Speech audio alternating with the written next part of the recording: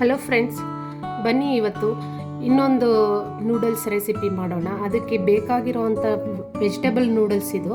So ಹಾಗಾಗಿ ನಾನು ಇದನ್ನೆಲ್ಲ ವೆಜಿಟೇಬಲ್ಸ್ನೆಲ್ಲ ಉದ್ದುದ್ದಾಗಿ ಕಟ್ ಮಾಡ್ಕೊಂಡಿದ್ದೀನಿ. ಈ ಥರ ಸ್ವಲ್ಪ ಉದ್ದಾಗಿ ಕಟ್ ಮಾಡ್ಕೊಳ್ಳಿ. ಆದಷ್ಟು ನಿಮಗೆ ಕ್ಯಾಬೇಜು ಮತ್ತು ಕ್ಯಾಪ್ಸಿಕಮ್ ಎಲ್ಲ ಜಾಸ್ತಿ ಹಾಕ್ಕೊಂಡ್ರೆ ಚೆನ್ನಾಗಿರುತ್ತೆ. ಇದರಲ್ಲಿ ಕ್ಯಾಪ್ಸಿಕಮ್ಮು, ಗ್ರೀನ್ ಕ್ಯಾಪ್ಸಿಕಮ್ಮು, ಹಾಗೆ ಯೆಲ್ಲೋ ಬೆಲ್ ಪೆಪ್ಪರು ಮತ್ತು ರೆಡ್ ಬೆಲ್ ಪೆಪ್ಪರು, ಹಾಗೆ ಆನಿಯನ್ ತೊಗೊಂಡಿದ್ದೀನಿ, ಒಂದು ದೊಡ್ಡದೊಂದು ಆನಿಯನ್ ತೊಗೊಂಡಿದ್ದೀನಿ, ಬೀನ್ಸ್ ಕೂಡ ಉದ್ದುದ್ದಾಗಿ ಕಟ್ ಮಾಡಿದ್ದೀನಿ, ಕ್ಯಾರೆಟು ಆ್ಯಂಡ್ ಕೋಸು ಆದಷ್ಟು ಜಾಸ್ತಿ ಹಾಕ್ಕೊಳ್ಳಿ, ತುಂಬ ಚೆನ್ನಾಗಿರುತ್ತೆ. ಲಾಸ್ಟ್ಲಿ ಟೊಮೆಟೊ, ಒಂದೆರಡು ಟೊಮೆಟೊನ ಸ್ಲೈಸ್ ಆಗಿ ಉದ್ದುದ್ದಕ್ಕೆ ಹೆಚ್ಕೊಂಡಿದ್ದೀನಿ ಇದನ್ನು. ಸೊ ಇವಾಗ ಏನು ಮಾಡೋಣ ಅಂತಂದರೆ, ಇವಾಗ ಒಂದು ಬಾಣಲಿ ಇಟ್ಕೊಳ್ಳೋಣ. ಬಾಣಲಿಗೆ ಸ್ವಲ್ಪ ಎಣ್ಣೆ ಹಾಕ್ಕೊಳ್ಳೋಣ. ಎಣ್ಣೆ ಹಾಕ್ಕೊಂಡ್ಬಿಟ್ಟು ಹಾಗೆ ಸ್ಟವ್ ಆನ್ ಮಾಡ್ಕೊಳ್ಳೋಣ.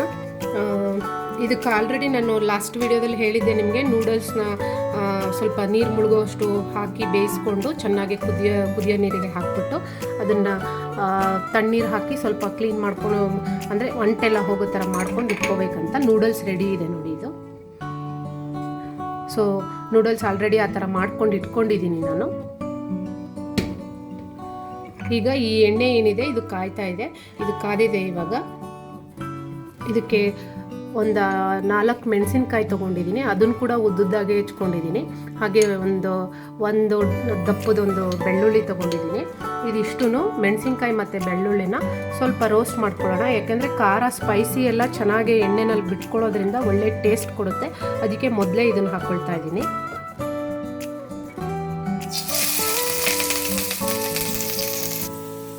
ಈಗ ಮೆಣಸಿನ್ಕಾಯಿ ಮತ್ತು ಸ್ವಲ್ಪ ಬೆಚ್ಚಗಾಗಿದೆ, ಖಾರ ಎಲ್ಲ ಬಿಟ್ಕೊಂಡಿದೆ. ಇವಾಗ ಆನಿಯನ್ ಕಟ್ ಮಾಡಿರೋದೇನಿದೆ ಉದ್ದುದ್ದಾಗಿ ಅದನ್ನು ಹಾಕ್ಕೊಳ್ಳೋಣ.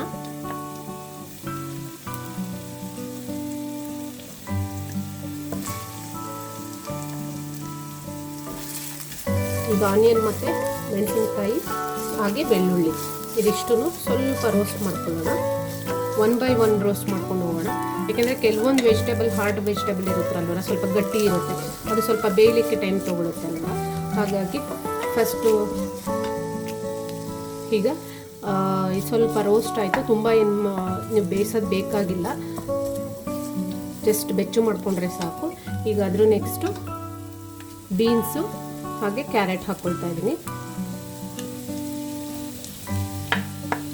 ಹಾಗೆ ಇದೊಂದು ಕೋಸು ಏನೇನು ಹೇಳಿದ್ನೆಲ್ಲ ಜಾಸ್ತಿ ತೊಗೊಂಡಿದ್ದೀನಿ ಅಂತ, ಇವಾಗ ಅದನ್ನು ಕೂಡ ಹಾಕ್ಕೊಳ್ಳೋಣ. ಇದು 3 ಒಟ್ಟಿಗೆ ಹಾಕ್ಕೊಳ್ಳಿ.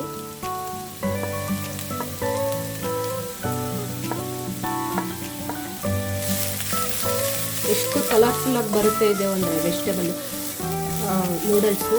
ಮಧ್ಯದಲ್ಲಿ ತಿನ್ನಬೇಕಾದ್ರೆ ಫುಲ್ ನೂಡಲ್ಸ್ ಥರನೇ ಉದ್ದುದ್ದವಾಗಿ ಸಿಗುತ್ತೆ ಬಾಯಿಗೆ, ತುಂಬ ರುಚಿ ಕೂಡ ಇರುತ್ತೆ. ಚೆನ್ನಾಗಿ ಸ್ವಲ್ಪ ಮಾಕ್ಕೊಳ್ತು ಇದು. ಈಗ ಈ ಕ್ಯಾಪ್ಸಿಕಮ್ಮು ಮತ್ತು ಟೊಮೆಟೊ ಎಲ್ಲನೂ ಆ್ಯಡ್ ಮಾಡ್ಕೊಳ್ಳೋಣ. ತುಂಬ ಕಲರ್ಫುಲ್ ರೆಸಿಪಿ ಇದು.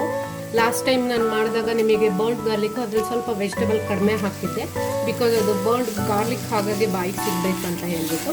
ನೀವು ಈ ರೆಸಿಪಿ ಒಂದ್ಸರಿ ಟ್ರೈ ಮಾಡಿ ನೋಡಿ. ಇದು ಅಷ್ಟೇ ತುಂಬ ಚೆನ್ನಾಗಿರುತ್ತೆ, ತುಂಬ tasty also and colourful also. ಮಕ್ಳಿಗೆ ನೋಡಿದ ತಕ್ಷಣವೇ ಇಷ್ಟ ಆಗುವಂಥ ರೆಸಿಪಿ ಇದನ್ನು, ಆ್ಯಂಡ್ ಕ್ವಿಕ್ ರೆಸಿಪಿ ಆಲ್ಸೋ.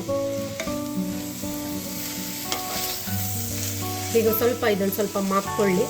ಈ ಮಾಗೋದ್ರೊಳಗಡೆ ಸ್ವಲ್ಪ ಇದಕ್ಕೆ ಆ್ಯಡ್ ಮಾಡ್ಕೊಳ್ಳೋಣ. ಏನು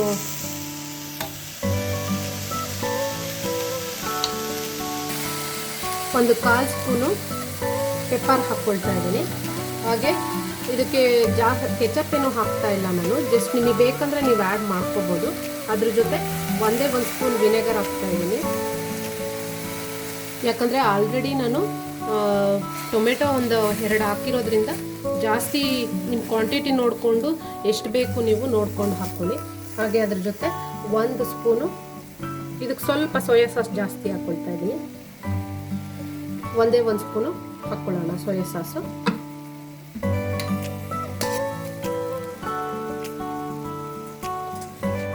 ಈಗ ಚೆನ್ನಾಗಿ ಸ್ವಲ್ಪ ಮಾಗಿಸ್ಕೋಬೇಕು.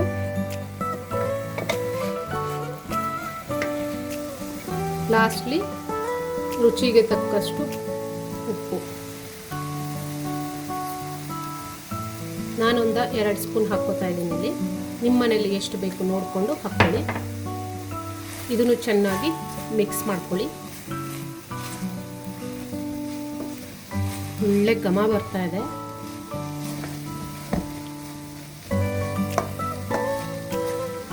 ಈಗ ಇದಕ್ಕೆ ಲಾಸ್ಟ್ಲಿ ಸೀಕ್ರೆಟ್ ಇಂಗ್ರೀಡಿಯೆಂಟ್ಸು ಆರೆಗನೋ ಹಾಕ್ಕೊಳ್ತಾ ಇದ್ದೀನಿ. ಆರೆಗನೋ ಬದಲು ನೀವು ಚಾಟ್ ಮಸಾಲನೂ ಹಾಕ್ಕೋಬೋದು, ಬಟ್ ಲಾಸ್ಟ್ ಟೈಮ್ ಮಾಡಿದ್ದು ನೂಡಲ್ಸ್ಗೂ ಇದಕ್ಕೂ ಡಿಫ್ರೆಂಟ್ ಟೇಸ್ಟಿಗೋಸ್ಕರ ನೀವು ಆರೆಗನೋ ಯೂಸ್ ಮಾಡಿ. ಹಾಗೆ ಲಾಸ್ಟ್ಲಿ ಸ್ವಲ್ಪ ಚಿಲ್ಲಿ ಫ್ಲೇಕ್ಸ್ ಹಾಕ್ಕೊತಾ ಇದ್ದೀನಿ. ಇದಿಷ್ಟು ಮಿಕ್ಸ್ ಮಾಡಿಕೊಂಡು ಈಗ ಲಾಸ್ಟಲ್ಲಿ ಕ್ವಿಕ್ ರೆಸಿಪಿ ಅಲ್ವರ, ಸೊ ನೂಡಲ್ಸ್ ಏನು ಬೇಯಿಸಿಟ್ಕೊಂಡಿದ್ದೀನಿ ಅದನ್ನು ಆ್ಯಡ್ ಮಾಡಿಕೊಂಡು ಮಿಕ್ಸ್ ಮಾಡಿಕೊಂಡ್ರೆ ನಮ್ಮದು ಕ್ವಿಕ್ ರೆಸಿಪಿ ನೂಡಲ್ಸು ರೆಡಿ ಆಯಿತು. ಮಕ್ಕಳದು ಲಂಚ್ ಬಾಕ್ಸ್ಗೆ ಅದಕ್ಕೆ ಇಷ್ಟಪಟ್ಟು ತಿನ್ನುವಂಥ ರೆಸಿಪಿ. ನೀವೊಂದ್ಸರಿ ಮನೇಲಿ ಟ್ರೈ ಮಾಡಿ ನೋಡಿ, ತುಂಬ ರುಚಿಯಾಗಿರುತ್ತೆ. ಈಗ ಮಿಕ್ಸ್ ಮಾಡ್ಕೊಳ್ಳೋಣ.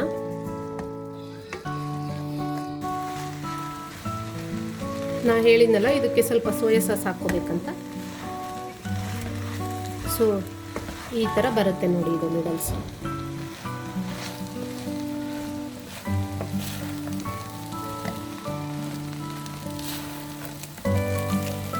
ವೆಜಿಟೇಬಲ್ ನೂಡಲ್ಸು ತುಂಬ ರುಚಿಯಾಗಿರುತ್ತೆ. ಒಂದ್ಸರಿ ಟ್ರೈ ಮಾಡಿ ನೋಡಿ. Thank you.